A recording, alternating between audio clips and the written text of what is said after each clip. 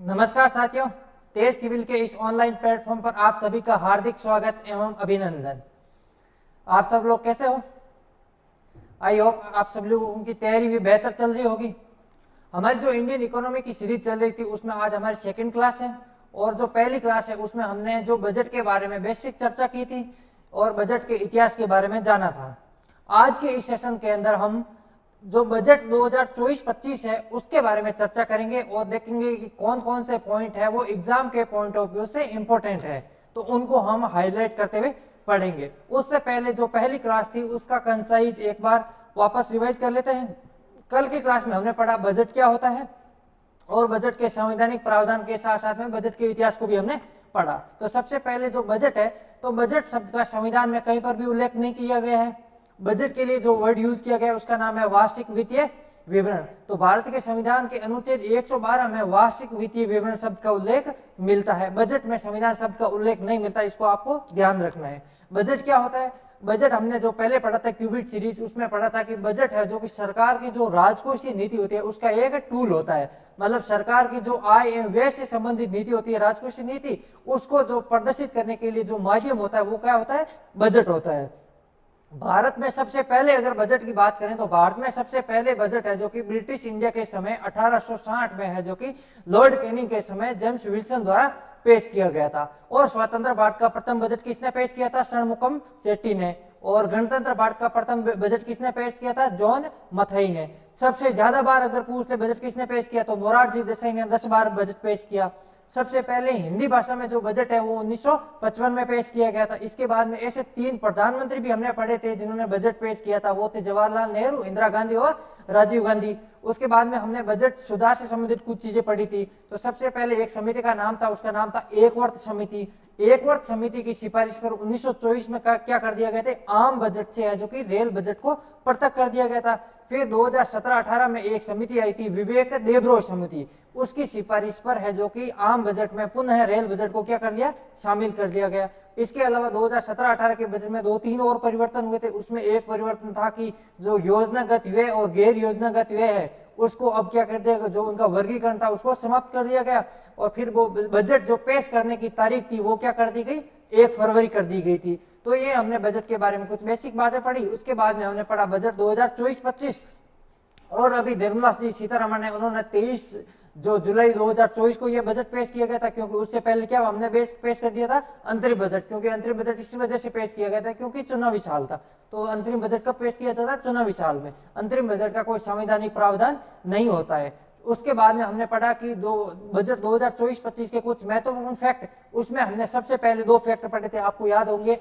एक तो हमने पढ़ा था राजस्व घाटा और दूसरा हमने क्या पढ़ा था? राजकोषीय घाटा। राजकोषीय घाटा, इनके हमने 2 फैक्ट पढ़े थे, आपको याद होने चाहिए। 2 राजस्व घाटे के और 2 राजकोषीय घाटे के। सबसे पहले हमने पढ़ा था कि राजस्व घाटा वर्तमान में कितना है? तो वर्तमान में कितना है? 2.6% वर्तमान में राजस्व घाटा है। और 2024-25 के अंतर्गत इसका टारगेट कितना किया गया है? 1.8% इसका लक्ष्य रखा गया है। और जब राजकोषीय घाटे की बात करें तो वर्तमान में कितना है? 5.6% वर्तमान में राजकोषीय घाटा है। और हमारा लक्ष्य कितना है? 4.9%। ये 2024-25 के लिए हमने लक्ष्य निर्धारित किया गया है। तो ये चारों फैक्ट एग्जाम के पॉइंट ऑफ व्यू से ज्यादा इंपॉर्टेंट है, इसको अच्छे से याद कर लेना। राजस्व घाटा वर्तमान में 2023 में 2.6% है और 2024-25 के लिए 1.8% निर्धारित किया गया है। राजकोषीय घाटा वर्तमान में 5.6% है और 2024-25 के लिए 4.9% है क्या निर्धारित किया गया है। ये हमने पढ़ लिया था। इसके बाद में हम चर्चा करेंगे जो बजट 2024-25 है उसकी मुख्य विशेषताएं क्या क्या है उसके बारे में देखेंगे। तो सबसे पहले बजट की मुख्य विशेषता 2024-25, और बजट कौन जारी करता है? वित्त मंत्रालय का जो बजट प्रभाग है वो जारी करता है। उसके बाद में देखेंगे हमारा जो इस साल का बजट है 2024-25, उसकी जो मेन थीम है वो है विकसित भारत। तो विकसित भारत है तो हमने पहले की क्लास में पढ़ा था कि हमारे 9 प्राथमिकताएं हैं। सरकार ने 9 प्रायोरिटी वाले सेक्टर वर्गीकृत किए गए थे और ये विकसित भारत के लिए एक रोड मैप है। उसी को मद्देनजर रखते हुए बजट 2024-25 को प्रस्तुत किया गया। तो विकसित भारत के हमारे लक्ष्य का रोड मैप है और उसमें मुख्य 4 जातियों पर ध्यान दिया गया है और फिर है बजट के मुख्य विषय, उसमें विचार। ये दोनों फैक्ट है, इंपॉर्टेंट है, इनको आप याद कर लेना। इस बजट पर किन किन सेक्टर पर ध्यान दिया जाएगा? एक तो अन्नदाता यानी किसानों पर, दूसरा दिया हुआ है जो गरीब है उस पर, फिर जो महिलाएं हैं उस पर, और युवा। ये 4 फोकस बिंदु है, तो इनको याद रख लेना। ए, बी, सी और डी एग्जाम में पूछा जा सकता है कि बजट 2024-25 में जो मुख्य फोकस वाले बिंदु कौन कौन से हैं या कौन सा नहीं है। तो 3 ये आ जाएंगे, एक इनमें से कोई दूसरा डाल देंगे। तो ध्यान रखना बजट 2024-25 में फोकस वाले बिंदु क्या क्या है? किसान, गरीब, युवा और महिलाएं। फिर है बजट का मुख्य विषय जो थीम। अगर यह पूछा जा सकता है कि बजट 2024-25 की थीम क्या है, तो थीम क्या है? रोजगार, कौशल प्रशिक्षण, एमएसएमई और मध्यम वर्ग। ये बजट 2024-25 की क्या है? थीम है। और इन दोनों पॉइंटों को आपको याद रखना है। ये दोनों को दोनों मोस्ट इंपोर्टेंट पॉइंट है। हमारे जो क्यूबिट सीरीज थी उसमें के अंदर ये क्वेश्चन पूछा था कि बजट 2024-25 की थीम क्या है, और यही आंसर है। क्या आंसर है? रोजगार, कौशल विकास, एमएसएमई और मध्यम वर्ग। तो ये हमारे 2 फैक्ट हो गए। उसके बाद में अगले देखते हैं विकसित भारत के लिए प्राथमिकताओं में। हमने पढ़ा था कि कुल 9 प्राथमिकता हैं और उसमें पहली प्राथमिकता क्या थी? कृषि में उत्पादकता और अनुकूलता। ये हमारी पहली प्राथमिकता थी। तो इसका मतलब सरकार ने कृषि क्षेत्र के लिए क्या क्या इस बार प्रोविजंस किए हैं वो पढ़ेंगे। तो कृषि क्षेत्र में सबसे पहले सरकार ने किया है परिवर्तनकारी कृषि अनुसंधान। हाल ही के कुछ वर्षों में है जो कि पूरी दुनिया के सामने ये एक वैश्विक जलवायु परिवर्तन एक बड़ी समस्या के रूप में उभर रहा है। इस जलवायु परिवर्तन से कृषि भी किसी न किसी रूप में प्रभावित हो रही है, क्योंकि या तो बारिश कम हो रही है या बहुत ज्यादा हो रही है, या फिर जब फसल काटते हैं उस समय बारिश हो रही है तो फसल क्या हो रही है? खराब हो रही है। तो सरकार ये प्रयास कर रही है कि इस प्रकार के हम अनुसंधान को बढ़ाया जाए एग्रीकल्चर के क्षेत्र में, ताकि जो फसल बर्बाद हो रही है उसको कम से कम किया जा सके। ऐसे बीज या उन्नत किस्म के बीजों का विकास किया जाए जो इस प्रकार की जो प्राकृतिक अवरोध आ जाता है उनसे निपटने में वो सक्षम हो। तो उसके लिए सरकार ने एक तो परिवर्तनकारी कृषि अनुसंधान, तो कृषि में अनुसंधान को बढ़ावा देना और जो प्रोडक्टिविटी है, उत्पादकता है, उसको बढ़ावा देने के लिए सरकार प्रयास करी। उसमें क्या प्रयास करा? परिवर्तनकारी कृषि अनुसंधान, उत्पादकता बढ़ाने और जलवायु के अनुकूल किस्मों के विकास पर जोर देने के लिए कृषि अनुसंधान व्यवस्था की व्यापक समीक्षा करेगी। तो इसको आपको एक बार रीड आउट कर लेना, एग्जाम के पॉइंट ऑफ व्यू से ये प्री में जरूरी नहीं है। फिर है राष्ट्रीय सहकारिता नीति। जो सहकारी क्षेत्र है उसके लिए एक सरकार नीति लेके आएगी। सहकारी क्षेत्र आपको पॉलिटी में पढ़ा होगा, 97 कॉन्स्टिट्यूशन अमेंडमेंट के द्वारा इसको संवैधानिक दर्जा दे दिया गया। ठीक है, तो जो कोऑपरेटिव फील्ड है वो किसानों के लिए किस प्रकार मदद कर सकता है उसके लिए एक नीति लेके आएंगे। उसमें ये पर्टिकुलर बताया जाएगा कि जो किसानों को कोऑपरेटिव के माध्यम से जो ऋण दिया जाता है उनकी क्या विशेषताएं होंगी, कितना ऋण दिया जाएगा, क्या ऋण की जो इंटरेस्ट ब्याज दर होगी उसके बारे में इसमें कहा गया है। फिर है जो कि हमें आत्मनिर्भर बनना पड़ेगा। किस पर? सरसों, मूंगफली, तिल, सोयाबीन और सूरजमुखी। तो ये एक बार इसको आप याद रख लेना कि कौन कौन सी जो तिलहनी फसलें हैं उनमें आत्मनिर्भर बनने का हमें लक्ष्य रखा गया है। कौन कौन सी है? सरसों, मूंगफली, तिल, सोयाबीन और सूरजमुखी। क्योंकि ये सारी की सारी चीजें हम क्या करते हैं? विदेशों से आयात करते हैं। तो सरकार इसके लिए सरकार पाम ऑयल है उसको भी आयात करती है। तो आयात बिल को कम करने के लिए और किसानों की आय को बढ़ाने के लिए ये जो तिलहनी फसलें हैं इन पे क्या कहते हैं? आत्मनिर्भर होने का प्रयास कर रही है। फिर है जो सब्जी उत्पादन और आपूर्ति श्रृंखला, उपज के संग्रहण, भंडारण और विपणन सहित सब्जी आपूर्ति श्रृंखलाओं के लिए किसान उत्पादक संगठनों, सहकारी समितियों एवं स्टार्टअप को बढ़ावा देना। मतलब जो सब्जी प्रोडक्शन है उसको बढ़ावा देने के लिए सरकार स्टार्टअप को बढ़ावा देगी और इसके लिए जो लॉजिस्टिक है, लॉजिस्टिक सेवाओं की है जो कि आपूर्ति सुनिश्चित करेगी। इसका मतलब कोल्ड स्टोरेज वगैरह जो वेस्ट इसकी जो चेन जो मूल्य श्रृंखला है उसको है जो कि सही करने के लिए सरकार प्रयास कर रही है, ताकि जो सब्जी उत्पादक किसान हैं उनकी है जो कि आय में वृद्धि हो सके। क्योंकि किसानों के पास क्या हो जाती है? सब्जी खराब हो जाती है, कोल्ड स्टोरेज नहीं होता तो वहां पे सब्जी खराब हो जाती है। तो इस स्थिति से उबरने के लिए सरकार ने ये प्रयास कर रही है। फिर हमारे आता है नई किस्मों को शुरू करना। किसानों की खेती बाड़ी के लिए 32, कृषि और बागवानी के लिए 109। ये एक आपको फैक्ट याद रखना है। हमारी जो क्यूबिट सीरीज थी उसमें भी ये क्वेश्चन पूछा गया था कि कृषि के लिए कितनी और जो बागवानी है उसके लिए कितनी नई किस्मों का विकास किया जाएगा। तो कृषि के लिए 32 और बागवानी के लिए कितनी है 109। तो इसको आप याद रख लेना। जो मैं यहाँ बता रहा हूँ वो इंपॉर्टेंट है या याद रख लेना उनको। आप अपने ये नोट्स आपको जो तेज सिविल का ऐप है उस पर मिल जाएंगे। वहां से आप इकोनॉमिक इंडियन इकोनॉमी का सेशन होगा उस सेक्शन के अंदर जाना, वहां पर आपको ये कंटेंट में या पीडीएफ में मिल जाएगी। उसको आप प्रिंट ले लेना और उसके नीचे अंडरलाइन कर देना। जो मैं बता रहा हूँ कि ये एग्जाम के पॉइंट ऑफ व्यू से इंपॉर्टेंट है उनको आप क्या कर लेना अंडरलाइन कर लेना और प्री से पहले 2-3 बार उसका रिविजन कर लेना। बाकी चीजें सिर्फ समझाने के लिए, ठीक है। तो ये एक पॉइंट है, ये आपके लिए इंपॉर्टेंट है, इसको याद कर लेना। फिर नेचुरल एग्रीकल्चर में, प्राकृतिक कृषि में अगले 2 वर्षों में पूरे देश में 1 करोड़ किसानों को प्रमाण पत्र और ब्रांडिंग द्वारा सहायता देकर प्राकृतिक कृषि शुरू की जाएगी और 10,000 आवश्यकता आधारित जैव आदान संसाधन केंद्र स्थापित किए जाएंगे। इसका मतलब है जो कि सरकार है जो कि जैविक खेती को बढ़ावा देने के लिए प्रयास कर रही है। इसके लिए हमने पहले भी पढ़ा था कि एक योजना आई है, उसका नाम क्या है, पीएम परिणाम योजना। पढ़ी थी हमने क्यूबिट सीरीज के अंदर, याद है क्या नाम था, पीएम परिणाम योजना। क्या थी कि रासायनिक उर्वरकों के प्रयोग को कम करते हुए जैविक उत्पादों को बढ़ावा देने के लिए ये योजना शुरू की गई थी।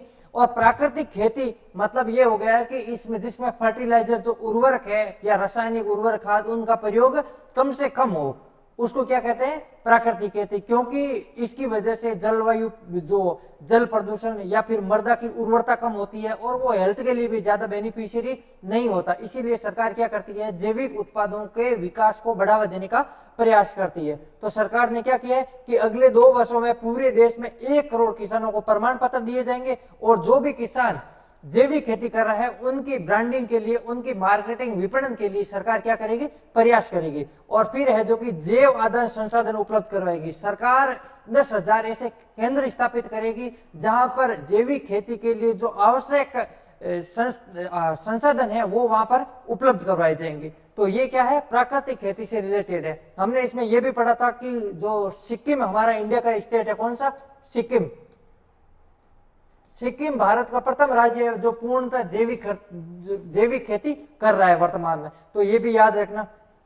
फिर अगला है कि झींगा उत्पादन और निर्यात। झींगा खेती प्रसंस्करण और निर्यात के लिए नाबार्ड के माध्यम से वित्त पोषित की सुविधा उपलब्ध करवाई जाएगी। जो झींगा जो समुद्री उत्पाद होता है उसको बढ़ावा देने के लिए किसका उपयोग, जो वित्त पोषण कौन करेगा, नाबार्ड। हमने नाबार्ड पढ़ा था, 1982 में स्थापना हुई थी शिवरमन समिति की सिफारिश पर, ठीक है। तो इसके लिए वित्त पोषण की व्यवस्था कौन करेगा, नाबार्ड करेगा। और किसके लिए, ये झींगा। झींगा क्या होती है, समुद्री मछली होती है। तो समुद्री उत्पाद को बढ़ावा देने के लिए सरकार प्रयास कर रही है। उसके लिए हमने एक योजना भी पढ़ी थी, प्रधानमंत्री मत्स्य संपदा योजना। जो समुद्री उत्पाद है या मछली उत्पादन है उसको बढ़ावा देने के लिए या उसमें निर्यात को बढ़ावा देने के लिए, उसमें रोजगार के अवसर सृजित करने के लिए पीएम मत्स्य संपदा योजना शुरू की गई थी। तो उसी में झींगा उत्पादन के लिए किसका सहायता ली जाएगी, नाबार्ड की। तो इसको एक बार फैक्ट याद कर लेना कि झींगा उत्पादन में जो वित्तीय पोषण की सुविधा करने वाली संस्थान कौन सी है, तो वो है नाबार्ड। फिर हमारा अगला आता है डिजिटल सार्वजनिक अवसंरचना, डीपीआई। तो डीपीआई के माध्यम से क्या किया जाएगा, किसानों को लगभग 400 जिलों में डिजिटल फसल सर्वेक्षण किया जाएगा। इंडिया में लगभग 700 के आसपास जिले हैं, तो उनमें से 400 जिले हैं ऐसे हैं जिनमें डिजिटल सर्वेक्षण किया जाएगा कि कितनी फसल इस बार है जो कि उत्पादित होगी। जो हम अग्रिम आंकड़े देखते हैं वो डीबीआई के माध्यम से होंगे। फिर है जो कि जन समर्थन आधारित किसान क्रेडिट कार्ड जारी किए जाएंगे। किसान केसीसी जो किसानों को दी जाती है, केसीसी क्या होती है, किसानों को जो सरकार है या सरकारी बैंक है, बैंक के द्वारा किसानों को अल्प ब्याज दर पर है जो कि लोन दिया जाता है, केसीसी यानी किसान क्रेडिट कार्ड। ये हो गया हमारे कृषि से संबंधित। इसमें याद रखने वाली एक तो ये आत्मनिर्भरता किस किस में है वो याद रखना। फिर किस में कितनी है, 32 कृषि में और 109 किस में है, बागवानी में। फिर हमने झींगा उत्पादन में वित्त पोषण कौन सी संस्था करेगी, नाबार्ड करेगी। और ये इतने याद रखने, बाकी आपको याद नहीं रखने। अगला है विकसित भारत के लिए प्राथमिकता में दूसरी जो प्राथमिकता है वो हमारा है रोजगार और कौशल प्रशिक्षण। रोजगार एवं कौशल प्रशिक्षण सबसे इंपॉर्टेंट। इसमें क्या है, इसमें सरकार ने एक योजना शुरू की है पीएम पैकेज। रोजगार संबंध प्रोत्साहन के लिए 3 योजनाएं हमने शुरू की है पीएम पैकेज में। कौन कौन सी योजना है, पहली देखते हैं। योजना प्रथम, पहली बार रोजगार, कोई व्यक्ति अगर पहली बार रोजगार प्राप्त कर रहा है तो उसके लिए सरकार ने क्या प्रोविजन किए, तो उसमें सरकार कह रहे हैं कि सभी औपचारिक क्षेत्र, अनौपचारिक में नहीं कह रहा, औपचारिक क्षेत्र में पहली बार रोजगार प्राप्त करने वाले को 3 किस्तों में 15,000 रुपए तक का 1 माह का वेतन दिया जाएगा। इससे 210 लाख युवाओं को लाभ प्राप्त होने की आशा है। इसका मतलब कोई भी युवा अगर पहली बार रोजगार प्राप्त कर रहा है, अगर वो औपचारिक क्षेत्र में प्राप्त कर रहा है, तो उसको जितना वेतन मिलेगा उसका 15,000 रुपए है जो कि सरकार पे करेगी। इसका मतलब क्या हो गया कि मान लो कोई व्यक्ति है, वो पहली बार जॉब कर रहा है किसी औपचारिक क्षेत्र में और उसकी सैलरी मान लो 50,000 रुपए है। कितनी है? 50,000 रुपए। तो उस 50,000 में से 35,000 वो औपचारिक क्षेत्र देगा और 15,000 रुपए उसकी सैलरी कौन देगा? सरकार देगा। और ये देगा कितने समय के लिए? सिर्फ 1 माह के लिए। और जो 15,000 रुपए सरकार देगा ये 3 किस्तों में दी जाएगी। कितने किस्तों में? 3 किस्तों में दी जाएगी। तो ये हमारी पहली योजना। फिर है जो कि दूसरा है विनिर्माण क्षेत्र में रोजगार चल रहा है। विनिर्माण क्षेत्र में सरकार के क्या क्या प्रयास है वो देखते हैं। इसमें कह रहा है पहली बार रोजगार प्राप्त करने वालों से संबंध प्रथम 4 वर्ष में अंशदान के लिए विशिष्ट पैमाने पर ईपीएफओ अंशदान के लिए कर्मचारी एवं नियोक्ता दोनों को प्रोत्साहन 30 लाख युवाओं को रोजगार मिलेगा। जो विनिर्माण क्षेत्र में काम करने वाले, मैन्युफैक्चरिंग क्षेत्र में काम करने वाले लोग हैं, वो अगर वो पहली बार रोजगार प्राप्त कर रहे हैं तो उनके 4 वर्षों के लिए जो ईपीएफओ होता है, अंशदान है, प्रोविडेंट फंड होता है, उसमें इसमें प्रावधान है। तो ये भी आपको ये भी याद नहीं रखना है, ये भी याद नहीं रखना है। फिर अगला है योजना का नियोक्ताओं को सहायता। जो जॉब दे रहे हैं उनको क्या सहायता दी जाएगी? सरकार नियोक्ताओं के लिए ईपीएफओ अंशदान के लिए उन्हें 2 वर्षों तक 3,000 रुपए प्रति माह की प्रतिपूर्ति करेगी। इससे 50 लाख नौकरियों के सृजन होने की आशा है। ये भी आपको याद नहीं करना। इसमें यह कहा गया है कि कोई भी अगर कंपनी किसी व्यक्ति को अगर रोजगार दे रही है और रोजगार देने पर कंपनी क्या करती है? प्रोविडेंट फंड में पैसे डालती है उसके। तो प्रोविडेंट फंड में जितने भी पैसे डालती है वो कंपनी डालती है। तो सरकार ये क्या करेगी कि जितने भी पैसे डालेगी उसमें 2 वर्षों तक 3,000 रुपए प्रति माह क्या करेगी? सरकार है जो कि उस जो जॉब दे रहा है, नियोक्ता है, उसको पैसे दे देगी ताकि नियोक्ता पे खर्च कम से कम आए। तो नियोक्ता के पास खर्च कम से कम होगा तो फिर क्या करेगी? नियोक्ता और है जो कि जॉब क्रिएट कर सकता है। तो ये हमारी थर्ड योजना। ये तीनों योजना है जो प्री के पॉइंट ऑफ व्यू से ज्यादा इंपॉर्टेंट नहीं, आपको आप क्या करना, तीनों को एक बार रीड आउट कर लेना। फिर हमने इसमें देखा है कि उद्योग के सहयोग से कामकाजी महिलाएं हॉस्टलों की स्थापना करके कामगारों में महिलाओं की अधिक भागीदारी को सुविधाजनक बनाना तथा शिशु गृहों की स्थापित करना। अगला है सरकार समर्थित निधि की गारंटी से 7.5 लाख रुपए तक का ऋण, इसे प्रतिवर्ष 25,000 छात्रों को सहायता मिलने की आशंका है। मतलब सरकार समर्थित ऋण, इसमें कोई भी व्यक्ति अगर शिक्षा प्राप्त करना चाहता है, चाहे विदेशों से चाहे यहाँ पर भी, अगर वो ऋण लेना चाहता है तो कितना ऋण दिया जा सकता है? 7.5 लाख रुपए तक का ऋण दिया जा सकता है। तो ये एक फैक्ट याद करना, कितना रुपए दे सकती है सरकार? 7.5 लाख। इस फैक्ट को आपको याद करना है। फिर अगला है घरेलू संस्थाओं में उच्चतर शिक्षा के लिए 10 लाख रुपए तक के ऋण की वित्तीय सुविधा। प्रति वर्ष 1 लाख विद्यार्थियों को ई वाउचर दिया जाएगा और 3% वार्षिक ब्याज पर दिया जाएगा। इसको भी आपको याद रखना है। अगर कोई भी व्यक्ति घरेलू शिक्षण संस्थाओं में अगर उच्च शिक्षा प्राप्त करना चाहता है तो उसमें सरकार है जो कि 10 लाख रुपए तक क्या देगी? लोन देगी। और उसकी जो लोन है वो सिर्फ 3% ब्याज दर पर दिया जाएगा, बिल्कुल कम, मतलब नॉमिनल ब्याज पर है जो कि स्टूडेंट को क्या दिया जाएगा? लोन। तो स्टूडेंट को घरेलू संस्थाओं में कितने तक का? 10 लाख रुपए तक का। और यहाँ पर कितना? सरकार समर्थित निधि में 7.5 लाख। इन दोनों फैक्टरों को, ये जो राशि है उसको याद कर लेना। फिर अगला है कौशल प्रशिक्षण कार्यक्रम। कौशल प्रशिक्षण कार्यक्रम में ये कह रहा है कि 5 वर्षों की जो अवधि में 20 लाख युवाओं को कौशल प्रशिक्षण दिया जाएगा। परिणाम उन्मुख दृष्टिकोण के साथ हब और स्पोक मॉडल में 1000 औद्योगिक प्रशिक्षण संस्थान स्थापित किए जाएंगे। इसका मतलब ये हो गया कि सरकार लगभग 1000 नए ITI सेंटर स्थापित करेगी। IIT नहीं, ITI जो होते हैं ना हमारे, जो 12th पास के बाद लड़के करते हैं ITI वाला, ताकि उनमें कौशल डेवलप, स्किल डेवलपमेंट विकसित हो जाए, तो वो इसमें प्रावधान किया गया है। अगला है विकसित भारत के लिए प्राथमिकता। फिर थर्ड प्राथमिकता है समावेशी मानव संसाधन विकास और सामाजिक न्याय। इसमें पहला है सर्वोदय। हमने पढ़ा, पर सर्वोदय की थीम क्या है? विकास भी और विरासत भी। मतलब हमें विकास भी करना है और जो हमारी परंपरागत विरासत है उसको भी बनाए रखना है। ठीक है। तो इसमें सूर्योदय में क्या है, विकसित भारत के लक्ष्य को प्राप्त करने के लिए आर्थिक अवसरों का सृजन करने के लिए पूरी क्षेत्र के प्राकृतिक संसाधन संपन्न राज्यों के लिए योजना। इसमें बिहार, झारखंड, वेस्ट बंगाल और आंध्र प्रदेश को शामिल किया गया है। इसमें पूर्वोदय में ये आपको जो क्यूबिट सीरीज थी उसमें हमने पढ़ा था, एक क्या पहल थी, पहल का नाम क्या था, पूर्वोदय पहल, पढ़ा था आपने। पूर्वोदय पहल क्या थी, जो पूर्वी राज्य हैं उनके विकास को बढ़ावा देने के लिए ये हमने पहल शुरू की थी। पूर्वोदय पहल में 5 स्टेट शामिल थे, कौन कौन से थे, एक तो बिहार था, एक था हमारा झारखंड, एक वेस्ट बंगाल, एक उड़ीसा और एक आंध्र प्रदेश। ये हमारे 5 राज्य शामिल थे। और इनका विकास, क्योंकि ये पांचों के पांचों राज्य क्या है, प्राकृतिक संसाधनों से संपन्न राज्य है, परंतु उसकी तुलना में इन राज्यों का क्या डेवलपमेंट क्या हुआ है, कम हुआ है। तो इस वजह से इन राज्यों के में विकास को बढ़ावा देने के लिए पूर्वोदय पहल शुरू की गई है, ठीक है। और इसके साथ ही गया बिहार में औद्योगिक नोड के विकास के लिए अमृतसर कोलकाता औद्योगिक कॉरिडोर, जो हम पढ़ रहे थे औद्योगिक कॉरिडोर, जो करंट में आप पढ़ते हो, सरकार ने 11 औद्योगिक कॉरिडोर शुरू किए हैं। तो उसमें से गया में एक औद्योगिक कॉरिडोर कौन सा शुरू किया है, अमृतसर कोलकाता कॉरिडोर।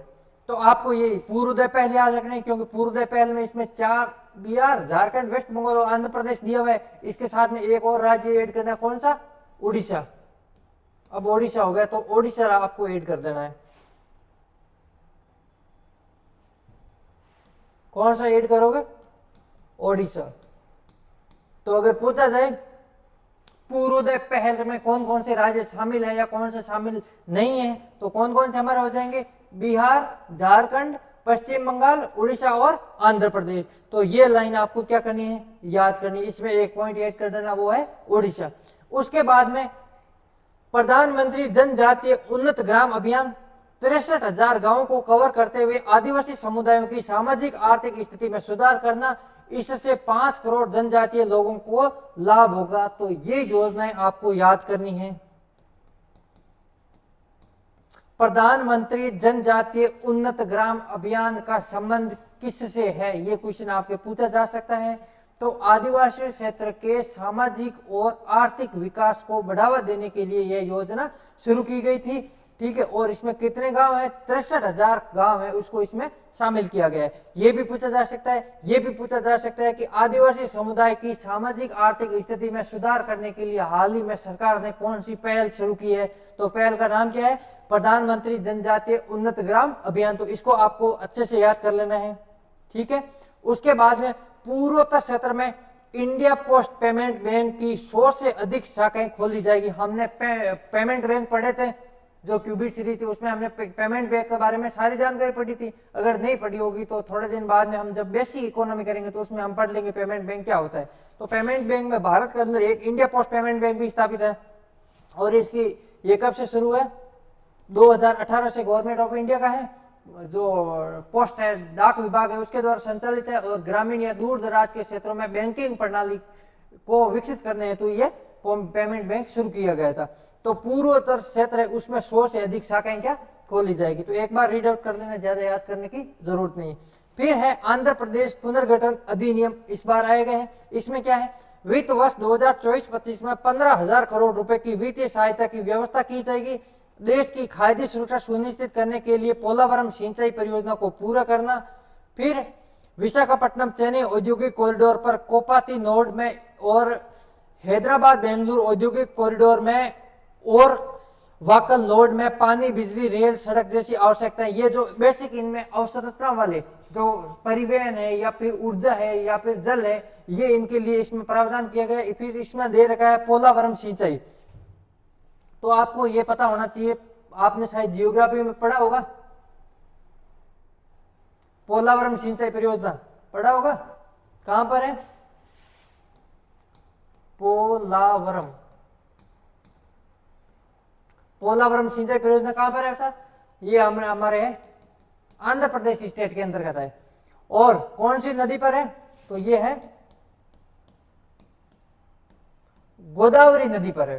तो आप प्री के, क्योंकि ये इकोनॉमी सर्वे में दिया हुआ है, तो हो सकता है ये पूछा जा सकता है कि पोलावरम जो परियोजना है वो कौन से राज्य में संचालित है, वो है आंध्र प्रदेश में। और कौन सी नदी पर है, तो वो है गोदावरी नदी पर, ठीक है, तो एक ये पॉइंट ध्यान रख लेना एक्स्ट्रा।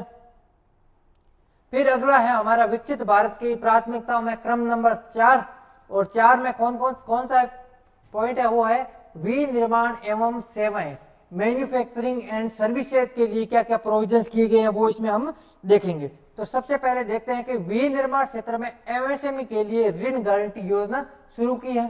फिर है एमएसएमई को ऋण के लिए नया मॉडल निर्धारित किया है, ये भी आपको याद नहीं रखना है। फिर है ट्रेडर्स में अनिवार्य ऑन बोर्डिंग के लिए बढ़ता दायरा याद नहीं करना है।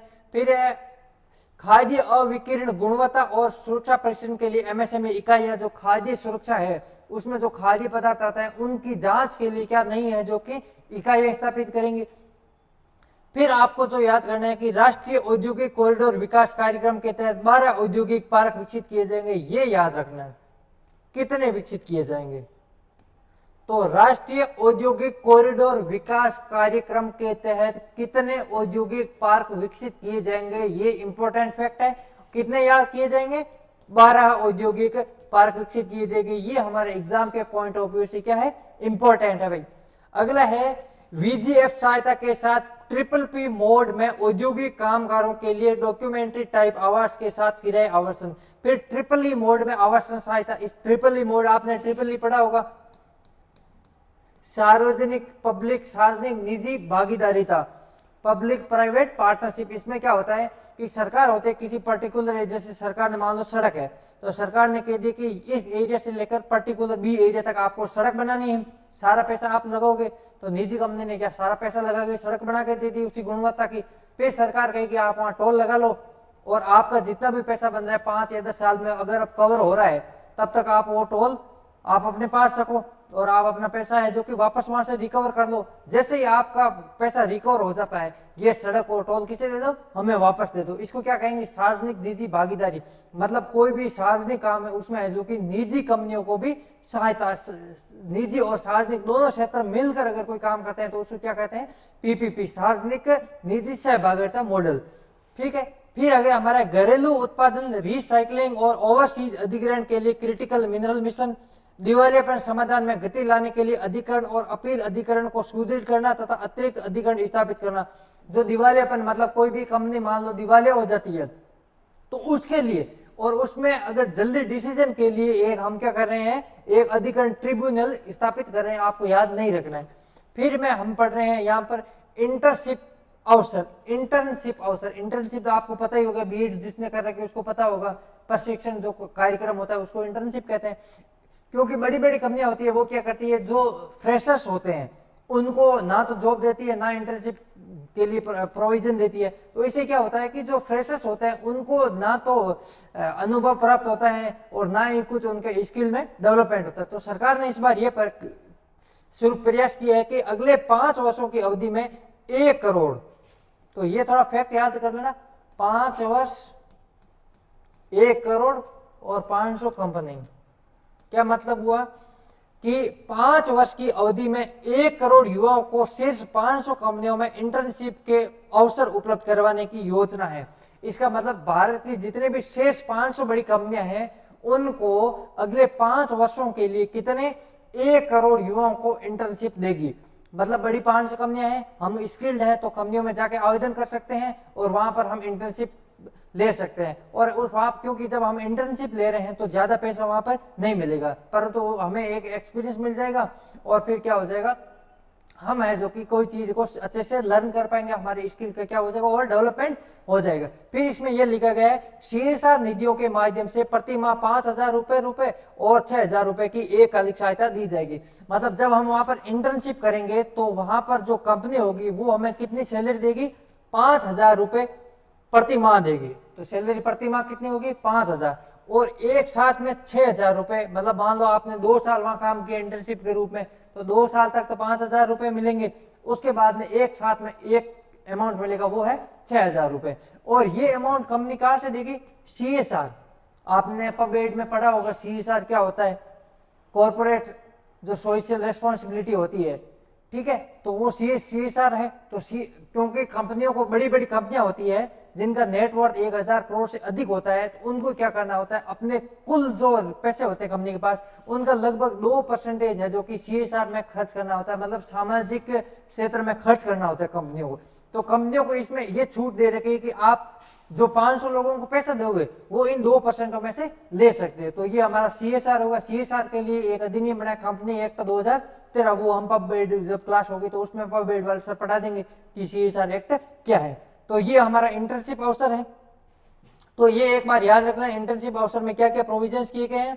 5 वर्ष की अवधि, 1 करोड़ और 500 बड़ी कंपनियां। तो इसमें याद रखने वाली ये चीज होगी। फिर है स्ट्रेस अवधि के दौरान MSME को ऋण सहायता। मान लो कोई MSME कंपनी है, उसके पास इकोनॉमिकली क्राइसिस है, तो उसी समय उसको इकोनॉमिक क्राइसिस से निकलने के लिए क्या करेगी, सरकार ऋण सहायता देगी। तो इसको भी आपको ज्यादा याद रखने की जरूरत नहीं है। तो हमें याद क्या क्या रखना है इसमें, एक तो याद रखना है ये राष्ट्रीय औद्योगिक कॉरिडोर विकास कार्यक्रम के तहत कितने औद्योगिक पार्क स्थापित किए जाएंगे, 12।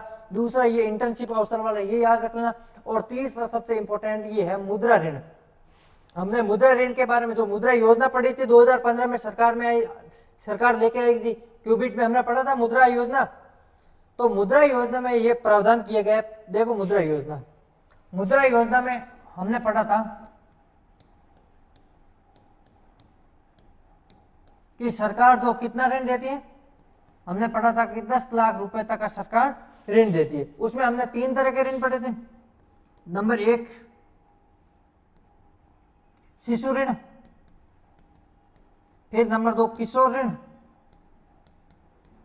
और नंबर 3 कौन सा था, तरुणी ऋण।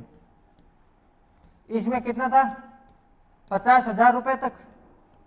इसमें 50,000 से लेकर 5 लाख तक, और इसमें 5 लाख से लेकर 10 लाख तक। ये हमारा जो मुद्रा योजना के तहत जो ऋण वितरित किया जाता था, वो शिशु ऋण में 50,000 रुपए तक, किशोर ऋण में 50,000 रुपए से लेकर 5 लाख तक, और तरुण ऋण में 5 लाख से लेकर 10 लाख रुपए तक ऋण दिया जाता था। तो सरकार ने हाल ही में जो बजट 2024-25 में है, जो तरुण ऋण की सीमा है, तरुण, इसकी सीमा को बढ़ाकर कितना कर दिया है, 25 लाख। इसका मतलब क्या हो गया, अब 10 लाख की जगह कितना हो जाएगा हमारा, 25 लाख। ये आपको फैक्ट याद रखना है, ये इंपॉर्टेंट है। क्वेश्चन पूछा जा सकता है कि मुद्रा योजना के तहत तरुण श्रेणी में वर्तमान में कितना ऋण दिया जा रहा है। तो पहला ऑप्शन ही मान के चलो 10 लाख ही होगा वहां पर, और सब लोग वो टिक करके आएंगे। पर अब वो गलत हो गया। अब कितना दिया जा रहा है, 25 लाख। तो इसको अच्छे से याद रख लेना, अभी भी याद कर लेना, कितना, 25 लाख। ठीक है। इसके बाद में शहरी विकास, हमारे जो विकसित भारत की प्राथमिकताओं में ये क्रम नंबर कौन सा है, हमारा 5वां क्रम है। शहरी क्षेत्र में इंफ्रास्ट्रक्चर क्या डेवलप किया जा सकता है, उसको लेकर सरकार ने क्या क्या प्रोविजंस किए गए हैं वो इसमें देखेंगे। तो सबसे पहले इसमें दिया रखा है स्टाम्प ड्यूटी। महिलाओं के द्वारा खरीदी गई संपत्तियों पर स्टाम्प ड्यूटी को कम करने के लिए राज्यों को प्रोत्साहित करना। इसका क्या मतलब हो गया कि शहरी क्षेत्र में कोई भी अगर हम संपत्ति या प्रॉपर्टी खरीद रहे हैं और अगर वो प्रॉपर्टी महिलाओं के नाम पर है, तो उसमें स्टाम्प शुल्क जो लिया जाता है उसकी दर को कम करना। अब क्योंकि स्टाम्प कर वो राज्य सरकार द्वारा लगाया जाता है, केंद्र सरकार का इस पर नियंत्रण नहीं होता, तो केंद्र सरकार ने इस बार ये कहा गया कि कोई भी अगर शहरी क्षेत्र में अगर मान लो आप प्रॉपर्टी खरीद रहे हो और वो प्रॉपर्टी अगर महिला के नाम पे खरीद रहे हो, तो हम राज्यों को प्रमोट करेंगे कि जो स्टाम्प शुल्क लिया जा रहा है वो क्या किया जाए, कम किया जाए। तो ये फैक्ट है, आपको इसमें ज्यादा याद करने की जरूरत नहीं है। ठीक है। फिर है स्ट्रीट मार्केट। इसमें क्या कहेगा, चयनित नगरों में 100 साप्ताहिक हॉट अथवा स्ट्रीट फूड हब विकसित करने की योजना परिकल्पना की। स्ट्रीट मार्केट आप सबको पता होगा, जैसे हमारे यहाँ पे आसपास मिल जाता होगा, स्ट्रीट पे जो भी सामान मिलता है जैसे फास्ट फूड वगैरह, जूस वगैरह, जो भी। तो ये क्या होता है, अव्यवस्थित तरीके से होता है, सिस्टमेटिक नहीं होता। तो सरकार ये प्रयास कर रही है कि जो बड़ी सिटियां होती है, बड़ी सिटी है, उनमें इनको सुव्यवस्थित तरीके से स्थापित किया जाए। इससे क्या फायदा होगा, जो स्ट्रीट वेंडर्स होंगे उनको एक पर्टिकुलर जगह मिल जाएगी, तो उनकी जो आमदनी है या जीवन स्तर में सुधार होगा, उनको अच्छा रोजगार मिलेगा। उसके बाद में जो शहरी क्षेत्र में जो अव्यवस्था बनी रहती है वो अव्यवस्था नहीं होगी, क्योंकि सब चीजें सिस्टमेटिक तरीकों से होगी। तो उससे क्या होगा, जो परिवहन फिर यातायात की समस्याएं वो नहीं होगी, फिर जो आम जनता चलने की जो दुर्दशा है वो नहीं होगी। तो ये हमारे इसमें प्रोविजन किए गए। फिर है ट्रांजिट उन्मुख विकास। 30 लाख से अधिक जनसंख्या वाले 14 बड़े नगरों में ट्रांजिट उन्मुख विकास किया जाएगा। तो ये अधिक जनसंख्या वाले क्षेत्र में उनमें ये विकास किया जाएगा जिनकी पॉपुलेशन 30 लाख से ज्यादा है। इसमें याद रखने से एक भी पॉइंट नहीं अभी तक, ठीक है, पीरी के हिसाब से। फिर है जल प्रबंधन, जल आपूर्ति, सीवरेज ट्रीटमेंट तथा ठोस कचरा प्रबंधन योजना तथा विश्वसनीय परियोजनाओं के माध्यम से 100 बड़े शहरों को सेवाएं उपलब्ध करवाना, यह जल प्रबंधन में है। सीधा सा पॉइंट है। फिर है आवास संबंधी क्या क्या प्रोविजन है वो देखते हैं। प्रधानमंत्री आवास योजना शहरी 2.0, इसमें यह कहा गया है कि 10 लाख करोड़ रुपए का निवेश करके 1 करोड़ शहरी गरीबों को तथा मध्यम वर्ग की आवश्यकताएं पूरी। आप जब इस इकोनॉमी में बजट में आप जो भी देख लो, कोई भी सरकार के प्रोविजन है वो किस पर आधारित है, जो हमने सबसे पहले 4 चीजें पढ़ी थी उस पे, या तो महिलाओं पे, या युवा पे, या फिर किसान पे, या फिर गरीब पे। तो सारी की सारी योजना उससे रिलेटेड है, ठीक है। इसमें क्या कहा गया है कि जो प्रधानमंत्री आवास योजना शहरी 2.0 है उसमें यह कहा गया है कि 10 करोड़ से अधिक का निवेश करेंगे, इससे 1 करोड़ से अधिक जो शहरी क्षेत्र के लोग हैं उनको क्या मिलेगा, बेनिफिट मिलेगा। फिर अधिक उपलब्धता के साथ कुशल और पारदर्शी रेंटल हाउसिंग मार्केटिंग के लिए सामर्थ्यवान नीतियां तथा विनियम लागू किए जाएंगे। जो रेंट पे जो रूम मिलते हैं या घर मिलते हैं या फ्लैट मिलते हैं उनके लिए सरकार एक पारदर्शी तरीके से एक पॉलिसी लेके आएगी, ठीक है।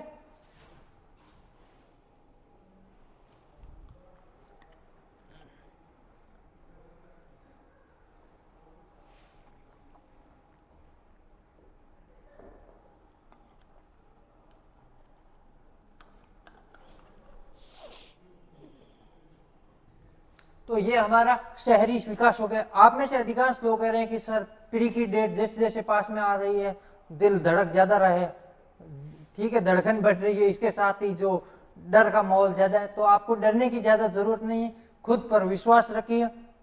और अगर कुछ कॉन्सेंट्रेट नहीं कर पा रहे या अड़ोस पड़ोस लोगों से प्रभावित हो रहे हैं तो उनसे डिस्ट्रैक्ट ना हो। सोशल मीडिया का यूज है वो लिमिट कर दीजिए, कम से कम कर दीजिए। आप पर डे का एक फिक्स कर दीजिए कि मैं इतना सोशल मीडिया को दूंगा, ठीक है। ज्यादा इधर बार बार घूमने की जो अभी प्रवृत्ति है उसको कम कर दीजिए, क्योंकि एग्जाम पास में आ रहा है और लोग ज्यादा पढ़ रहे हैं, ध्यान रखना। तो कंपटीशन भी ज्यादा है, अगर कंपटीशन ज्यादा है, लोग ज्यादा पढ़ रहे हैं, तो इसका मतलब है कट ऑफ ऊपर जाने की संभावना रहती है। वो तो डिपेंड करता है कि पेपर का लेवल कैसा हो, उस पर निर्भर करता है। तो आपको ज्यादा घबराने की जरूरत नहीं है, खुद पर विश्वास रखिए आप अपनी तैयारी में। और सबसे इंपॉर्टेंट चीज है, आप जो पढ़ रहे हैं उसका बार बार रिविजन कीजिए। जब तक आप रिवीजन नहीं करेंगे तो सबसे बड़ी प्रॉब्लम प्री के पेपर में रहती है। प्री के पेपर में इसलिए रहती है क्योंकि सारे फैक्ट आसपास ही होते हैं। एग्जाम में देख लें, यहाँ कहीं 2016 मिलेगा, 2017 मिलेगा, 2018, तो हमें कंफ्यूज हो जाएगा कौन सा है। तो ये चीजें आसपास में जब मिलती है ना, और हम अगर कंफ्यूज हो रहे हैं तो इसका एक ही मतलब है कि हमने प्रॉपर रिवाइज नहीं किया। तो जितना भी पढ़ रहे हैं उनको ढंग से रिवाइज करना है। सिर्फ नोट्स लेके नहीं बैठना है कि नोट्स लिए ये राजस्थान जियोग्राफी या नोट्स है ये मैं पढ़ लेता हूँ, ऐसा नहीं करना। हमें सिलेबस के अकॉर्डिंग चीजें पढ़नी है। सिलेबस में कौन कौन से टॉपिक दिए हुए उनको ढंग से पढ़ लेना है। उसके बाद में हमारा अगला टॉपिक आता है प्राथमिकताओं के क्रम में। छठा क्रम है वो है ऊर्जा सुरक्षा। ऊर्जा सुरक्षा में यह कहा गया है कि नाभिकीय ऊर्जा में निजी क्षेत्र के साथ पहल। जो न्यूक्लियर एनर्जी है उसमें इस बार निजी क्षेत्र को प्रमोट किया गया है कि निजी क्षेत्र भी न्यूक्लियर एनर्जी में पार्टनरशिप करेंगे। इसमें क्या कहा गया है कि निजी क्षेत्र की सहायता से भारत लघु रिएक्टरों की स्थापना करेगा। भारत लघु मॉड्यूलर रिएक्टर और नाभिकीय ऊर्जा के लिए नई टेक्नोलॉजी का अनुसंधान एवं विकास, मतलब जो न्यूक्लियर एनर्जी में है, जो कि सरकार और निजी क्षेत्र दोनों साथ में मिलकर इस पर रिसर्च करेंगे और जो एनर्जी क्राइसिस है उसको दूर करने के प्रयास करेंगे। फिर है ऊर्जा लेखा परीक्षा। सूक्ष्म एवं लघु उद्योगों को स्वच्छ ऊर्जा अपनाने के लिए वित्तीय सहायता। 60 क्लस्टरों में ग्रेड ऊर्जा लेखा परीक्षा की सुविधा। अगले चरण में इसे 100 क्लस्टर तक बढ़ाया जाएगा। इसमें यह प्रावधान किया गया है कि सरकार मान लो कोई पर्टिकुलर एरिया में जो लघु एवं सूक्ष्म उद्योग स्थापित किए गए हैं वहां पर क्या करेगी, लेखा परीक्षा की सुविधा स्थापित करेगी। लेखा परीक्षा की सुविधा मतलब क्या हो गया कि मान लो कोई पर्टिकुलर एक कंपनी है, उसको प्रतिदिन 10 मेगावाट ऊर्जा की जरूरत है, 10 की जरूरत है और मान लो वो 11 गीगा मेगावाट एनर्जी अगर एज्यूम कर रही है, ठीक है, यूज कर रही है, तो क्या हो गया, ये क्या हो गया, ऊर्जा का क्या हो गया, अपव्यय। एक जो मेगावाट ऊर्जा वो ज्यादा खर्च हो गई। तो इसकी जांच करने के लिए सरकार क्या करेगी, लेखा परीक्षा जो क्लस्टर है उसकी सुविधा शुरू करेगी। तो सबसे पहले जो 60 क्लस्टर वहां स्थापित किए जाएंगे, उसके बाद में क्या किया जाएगा, इस क्लस्टर की संख्या को बढ़ाकर कितने कर दी, 100 कर दी जाएगी। अगला है पम्प्ड स्टोरेज पॉलिसी। बिजली भंडारण एवं नवीकरणीय ऊर्जा की बढ़ती हिस्सेदारी के सहज के लिए एकीकरण ये शुरू किया जाएगा। फिर एयूएसवी ताप विद्युत संयंत्र एनटीपीसी और बीएचईएल का एक संयुक्त उद्यम पूर्ण क्षमता विकसित करने वाले 800 मेगावाट के वाणिज्यिक संयंत्र की स्थापित करने का। तो इस फैक्ट को याद कर लेना कि जो 800 मेगावाट का फैक्ट वाणिज्यिक संयंत्र स्थापित करने वाली संस्था कौन कौन सी है, तो एक है एनटीपीसी और बीएचईएल, ये दो संस्था है, इसके द्वारा ये 800 मेगावाट का एक वाणिज्यिक संयंत्र स्थापित करेंगे। ये पूछा जा सकता है या ये भी पूछा जा सकता है कि एयूएसवी ताप विद्युत संयंत्र के बारे में निम्नलिखित में से कौन से स्टेटमेंट सही है या गलत है।